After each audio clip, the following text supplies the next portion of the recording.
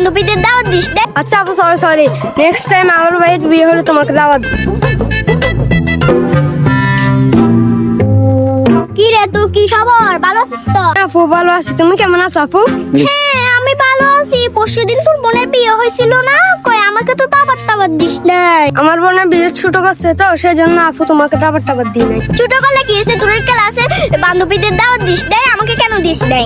আপু আসলে আচ্ছা ভুল হয়ে গেছে, তোর সরি। ভুল হয়েছে মানে তুই সকাল সন্ধ্যা সারাক্ষণ আমাদের সান্দেশে যা ইচ্ছা তাই করিস, আর তুই আমাকে বিয়েতে দাওয়াত দিস নাই। তোর কত বড় সাহস! আচ্ছা আপু সরি নেক্সট টাইম আমার ভাইয়ের বিয়ে হলে তোমাকে দাওয়াত দিব। তোর কোনো দাওয়াত লাগবে না, তুই আমাদের ছাদে আর আসবি।